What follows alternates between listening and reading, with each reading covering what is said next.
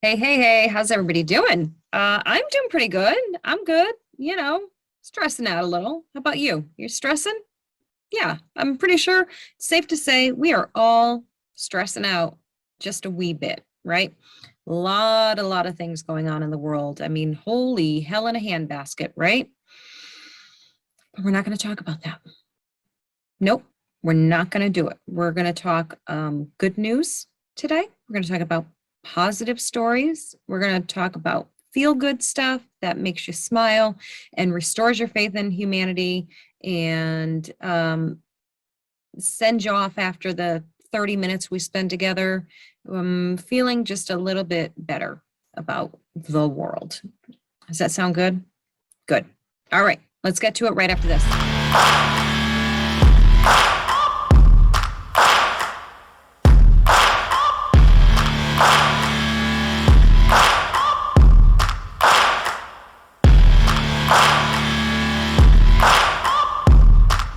Guys, hey there.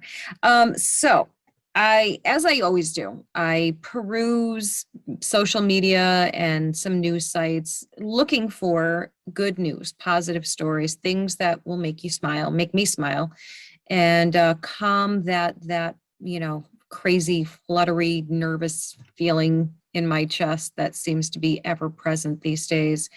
And one really amazing story came right to the top, and it's actually made some national headlines, which is really, really exciting to see because it doesn't happen often. For as many times that there are amazing, positive, great stories in this lane, they very rarely get shared with the mass population. So this one was a little bit different, and you may have heard it already, but if not, I am really excited to share it with you.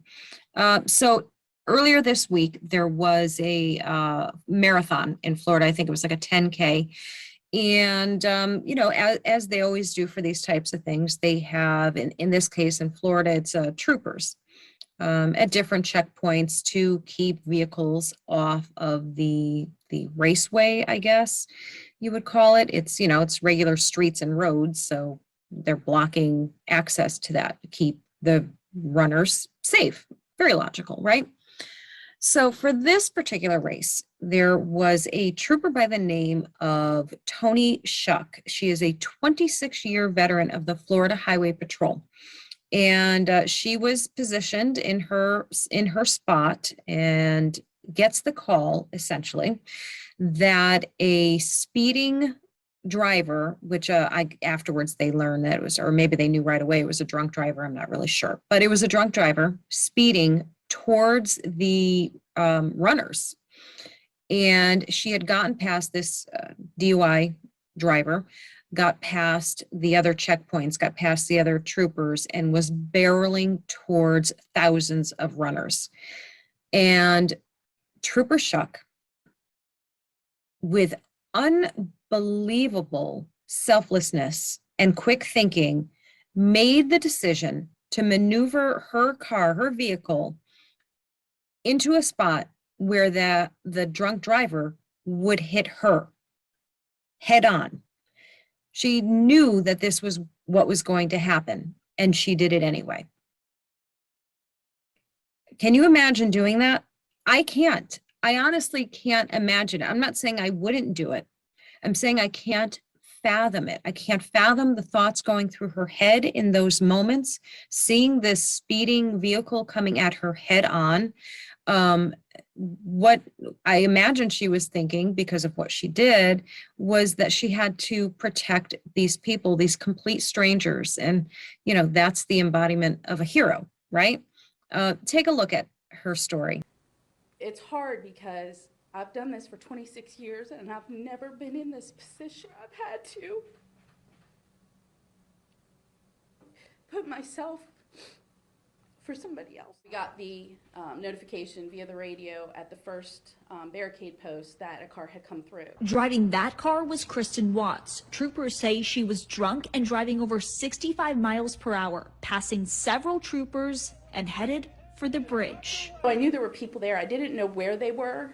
I just knew that they were still on that bridge because we hadn't got the all clear. One thing she did know was when the car passed other troopers, she was the only one left to save thousands of people. Because I knew I was the last one. I knew there was nobody else behind me. Trooper Shook drove her car in the middle of the road with her lights on. She would see that truck and she would stop.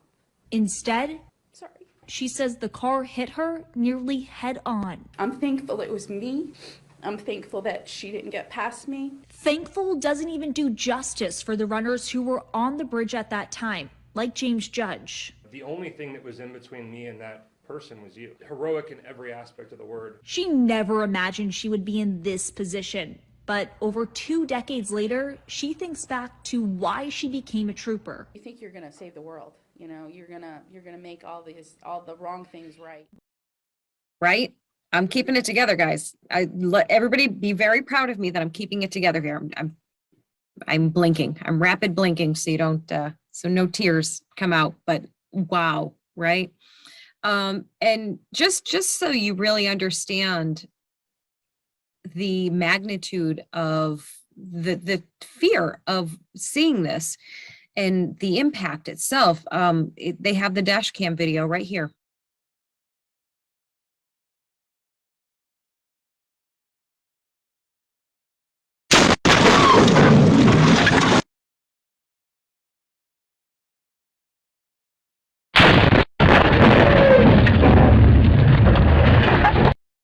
I mean, that just makes my heart stop, right? It was just, I can't even imagine.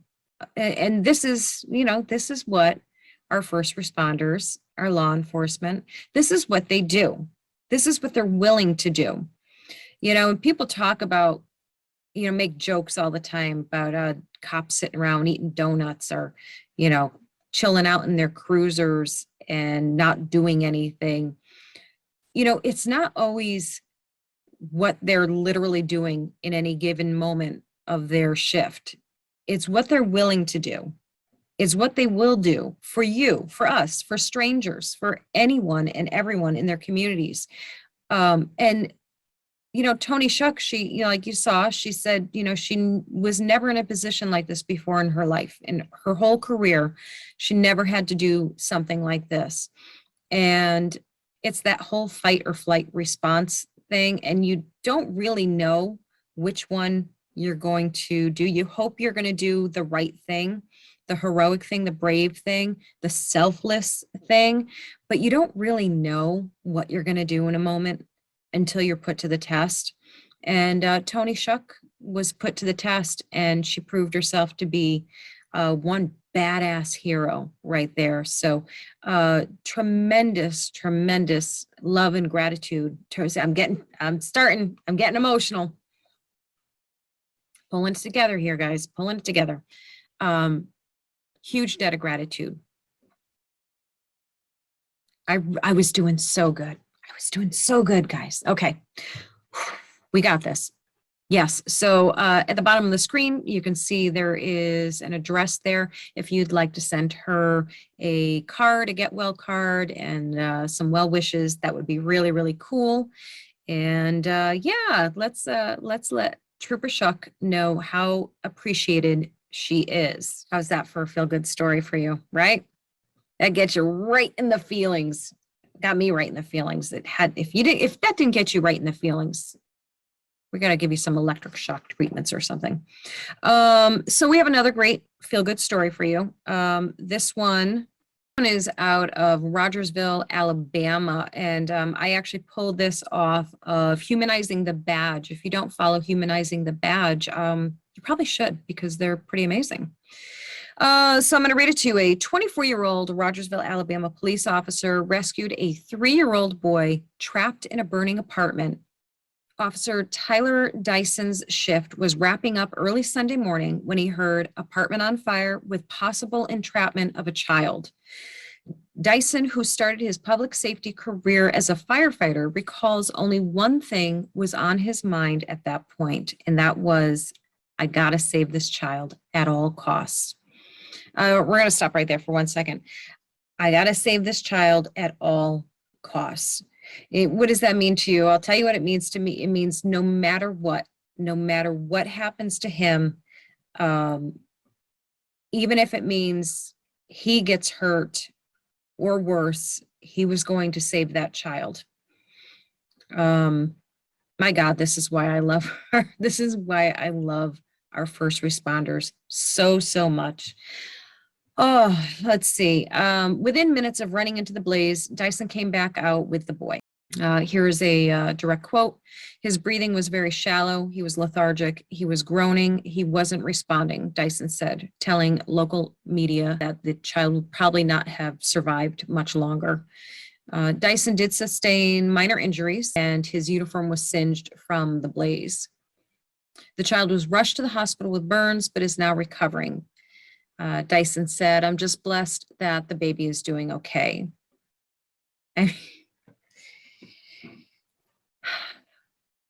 Running into burning buildings, placing yourself in the path of a speeding drunk driver. These are things our law enforcement family does as a matter of course. What do you even say to that besides thank you? Besides just giving them so much gratitude and appreciation for what they are willing to do for others. Okay, so there's our awesome feel-good stories for today. And how about some humor to end this little episode with? All right, guys. So I'm one of those people that laughs at their own jokes, finds themselves really funny, and didn't really imagine that other people would actually find me as funny as I find myself. But apparently there are some people that think I'm funny too. So, haha, la-di-da, I'm funny. A little segue, little side note here. We were out the other night and our older daughter was getting very annoyed with us because, we're adorable. What can I say? We're a cute couple. I know, sorry, it's so obnoxious. But I wasn't necessarily, I don't tell jokes. I'm not like a joke teller. I'm just, I don't know, I guess I have a comedic delivery or something. Maybe, I don't really know. It's just dawning on me now that maybe he's not laughing with me. Maybe he's laughing at me. But that's okay too. I don't care. That's fine. Anyhow, so my husband was laughing at something I had said. I don't remember what I said, but he was laughing at it. And my daughter, half joking, half serious, said, "Will you stop laughing at everything she says? Why do you think she's so funny?" And that was actually like the cutest thing ever. That was like the sweetest thing because I hadn't really realized that my husband is so, genuinely entertained by my antics and my silliness. So that gave me a smile. It was really sweet and cute. And I don't know, I just shared it with you just because. But anyhow, back to the original. Ha ha ha. I mean, I guess it's all tied together, sort of. So anyhow, as you know, because I keep telling you, like every single episode, I keep telling you that I make TikTok videos. And this episode is no different. Talking about my TikTok again. Sorry, not sorry. Anyhow, so as it happens, sometimes when I make a video, it's very spur of the moment. I don't plan it out. I don't write out a script or anything like that. Sometimes I do that. Sometimes I do that. Sometimes I do that. But this particular time, I did not. I just happened to be sitting here in this very spot that I'm sitting right now. And I just thought it would be funny, at least to me, to imitate Vice President Harris, the way she speaks to people. So I did. I made a video. I think it was like maybe just under a minute long. It was like 3 short little segments imitating her laugh and her mannerisms and her way of speaking. And I recorded it and I put it up on TikTok, and I came back to my computer and was doing a bunch of other things. And then my phone started going off like crazy notifications. So I was like, what the heck is going on? So I look, and this was yesterday morning that I posted this video. Well, hang on, here's the video. I'll show you the video. You want to know why I was late for work today?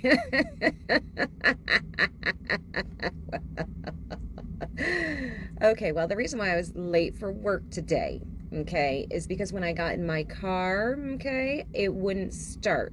And if your car won't start, you can't drive your car, okay? Yeah, I would like to purchase this. Purchase. That means to buy something. When you purchase something, you are buying it. You want to know where I live? Okay. Well, I live in a country, okay? And inside that country is a state, and inside that state is a town, and inside that town is my house. That is where I live, okay? Okay, so that's the video.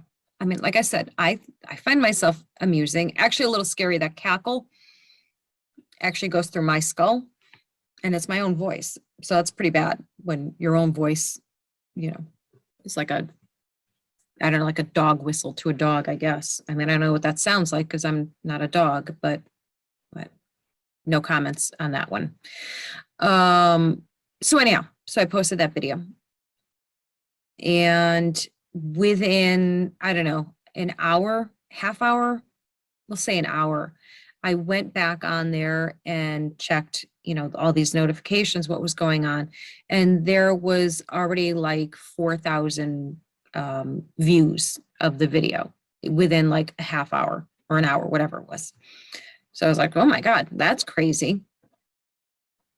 Well, today's day 2 of the video being up, and it has, I think it's 800,000 views, like 8,000 shares, and the comment section is insane.